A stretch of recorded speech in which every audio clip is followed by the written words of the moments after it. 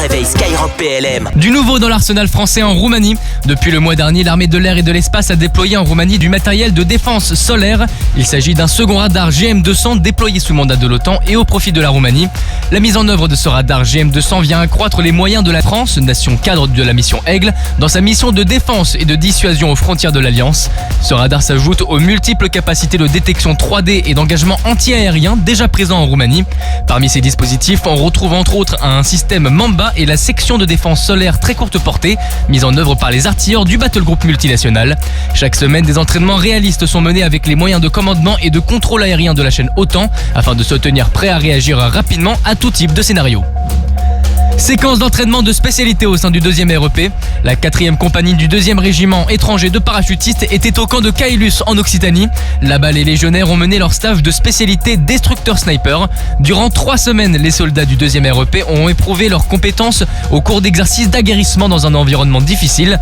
Tous ont été formés au poste de destructeur et de tireur de précision, au programme instruction au combat sur les arrières, au tir de précision ou encore aux techniques de sabotage. Le tout, bien entendu, de jour comme de nuit.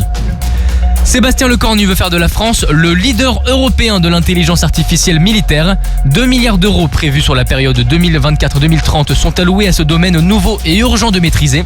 Le ministère des Armées a également annoncé la création dès cet été de l'Agence ministérielle pour l'IA de défense, ou AMIAD, qui embauchera à terme 300 ingénieurs, chercheurs et techniciens. La section recherche de l'AMIAD sera implantée à l'école polytechnique, pendant que la section technique sera, elle, établie sur le site de la Direction générale de l'armement, près de Rennes. Enfin, le ministre des Armées a annoncé la commande d'un supercalculateur classifié, le plus grand d'Europe, pour que la France soit dotée du meilleur matériel possible dans la course à l'IA de défense. Et alors que le 15 de France rencontre demain le 15 de la Rose dans le tournoi des 6 nations, les soldats de l'armée de terre reçoivent aujourd'hui leurs homologues britanniques. Les sélections masculines et féminines de rugby de l'armée de terre se sont rendues à l'école des troupes aéroportées de Pau. Durant toute la semaine, les militaires français se sont entraînés tant sur le terrain qu'à la salle pour les approches théoriques avec le staff, pour préparer au mieux ce face-à-face avec la British Army. Un crunch très attendu donc est placé sous le signe de l'entente cordiale qui fête ses 120 ans cette année, mais aussi de nos blessés militaires. Les bénéfices du match seront en effet reversés au profit des blessés de l'armée de terre. Un blessé effectuera d'ailleurs un coup d'envoi fictif afin de témoigner de son parcours de reconstruction. Coup d'envoi prévu cet après-midi à 15h.